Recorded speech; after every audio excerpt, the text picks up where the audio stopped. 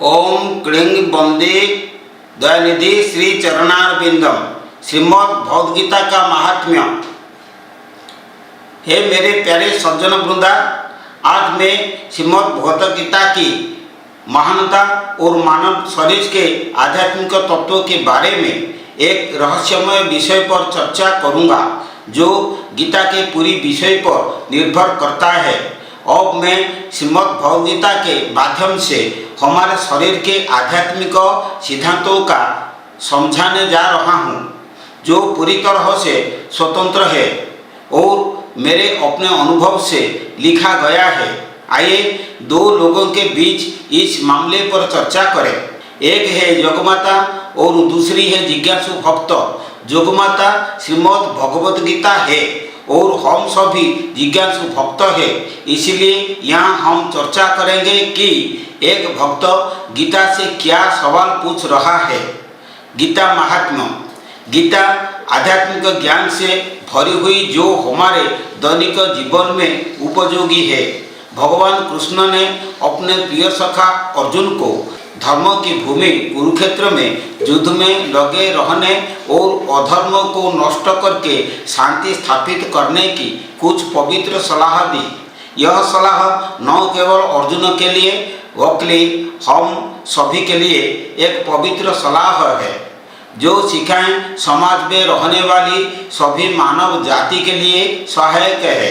गीता मुक्ति का मार्ग प्रशस्त करती है।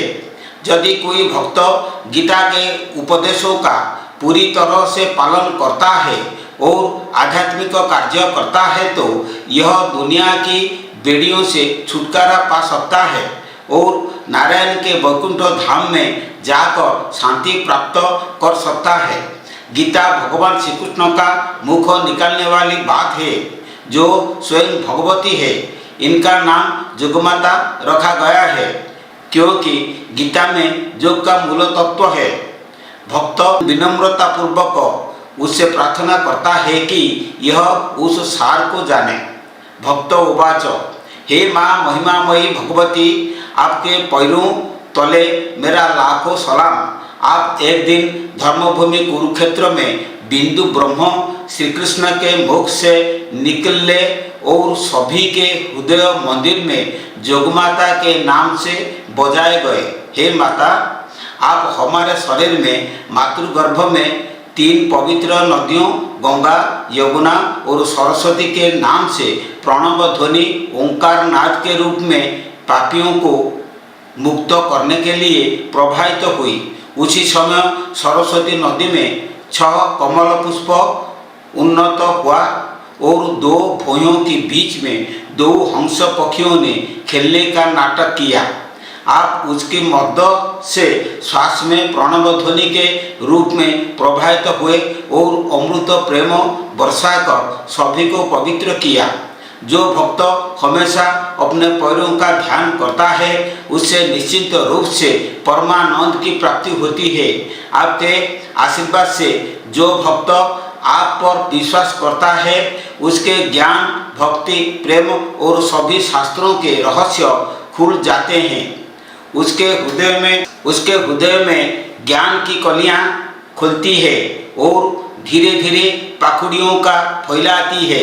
मृत्यु के समय आपके बारे में सोचकर यह विष्णु के धाम वैकुंठ धाम को चला जाता है। हे माँ, मैं क्या कहूँ, जो सज्जनों ने आपकी महिमा का वर्णित किया है। आपकी महिमा का कोई अंत नहीं है। देवकी नंदन हर समय आपके छंदों का पाठ करने वाले से प्रसन्न होते हैं। यदि कोई आपका नाम याद करे तो वरदानों का अमृत जल उसका सिर पर बरसा जाता है। जगतपति स्वयं सभी प्राणियों के हृदय में निवास करते हैं और पाप और पुण्य के साक्षी है। यदि उचित समय पर कोई आपसे प्रार्थना करता है, आपकी पूजा करता है और यज्ञ कुंड में घी डालता है, तो आपके चरणों से असीम करुणा का जल बहता है। समाज के कल्याण के लिए हर श्लोक का पाठ करके उचित विधान में यज्ञ कुंड में घी डालने आपको परम शांति मिलती है।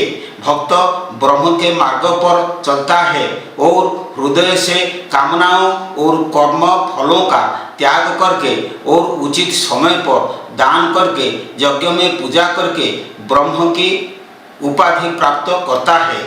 मुनि जिस पद की इच्छा रखते हैं वह उसे प्राप्त होता है। उस पुण्य से वह मृत्युलोक में पूजनीय है। हे माँ, आपकी महिमा असीम है, मुझे क्या वर्णन करना चाहिए। श्री श्री जोगमाता उवाच। जोगमाता ने कहा, हे पुत्र, उसी तरीके को सुनो जिसमें ज्ञान का प्रकाश प्राप्त करके संसार बंधन से छुड़ाया जाएगा। मेरे 18 अध्याय योग के 18 चरण है, उस पर काबू पा लिया तो वैकुंठ धाम साफ सुथरा नजर आएगा। सदगुरु की सलाह से आप अपने शरीर में यदि सारथी हो सकते हैं तो भगवान दयानिधि कृपया उस रथ में सारथी होंगे। कृष्ण और अर्जुन जिसको कहा जाता है वो क्रमशः गुरु और शिष्य है। शरीर के भीतर की गुरु चेतना पुरुष है और शिष्य मन है। गुरु योग की मदद से शिष्य के हृदय से अज्ञानता के अंधकार को नष्ट करता है और परमात्मा का नाम देकर वह अपने हृदय में श्री कृष्ण के रूप में निवास करता है। शिष्य जगत के मामले में उस चैतन्य नाम की मदद से शरीर रथ के ले जाने अपने बुरे स्वभाव से लड़ता है।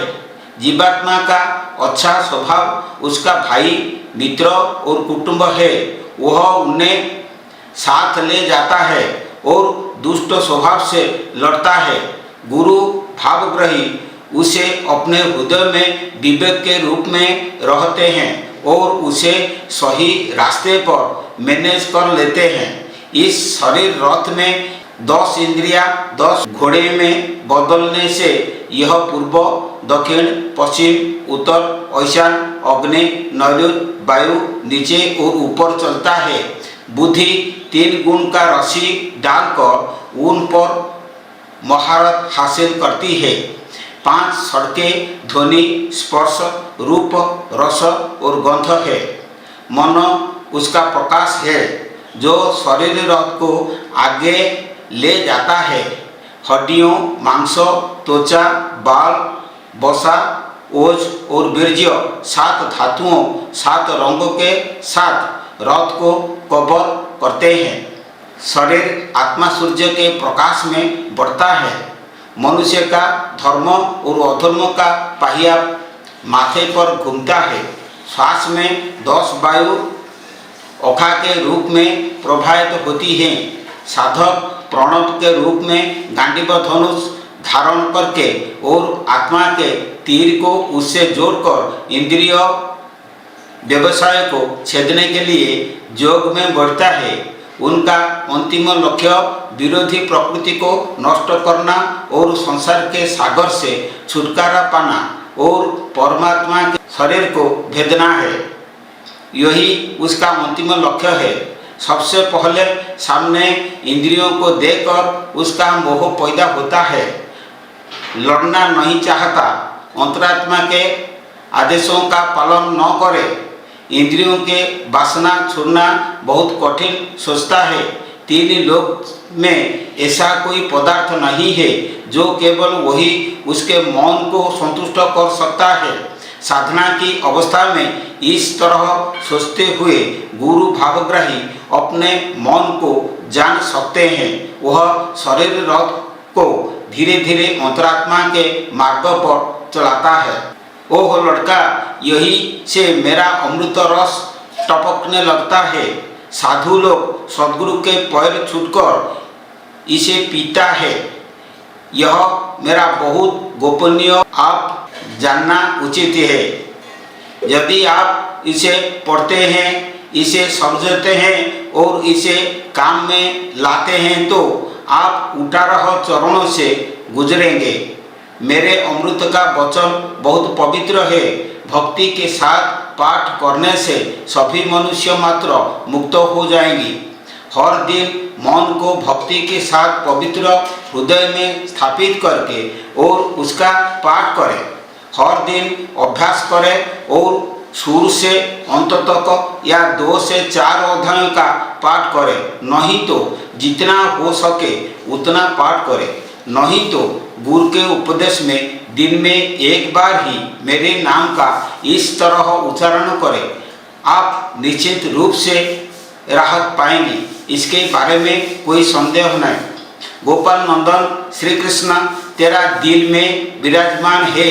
यदि आप उनके साथ भावना रखते हैं और उनकी भक्ति करते हैं तो आपका भ्रम दूर हो जाएगा। सभी छंदों का रहस्य आपके दिल में प्रकट होगा। यदि तुम केवल भक्ति के साथ मंत्रों और मशीनों का जाप करते हैं तो तेरा भ्रम दूर होगा और तुम एक दिन मेरा पद कमल पाएगा। ग्राहक हो जाओ अखिल ज्योति, हृदय में मिलेगा अशेष प्रीति। जय गुरु जय गुरु जय।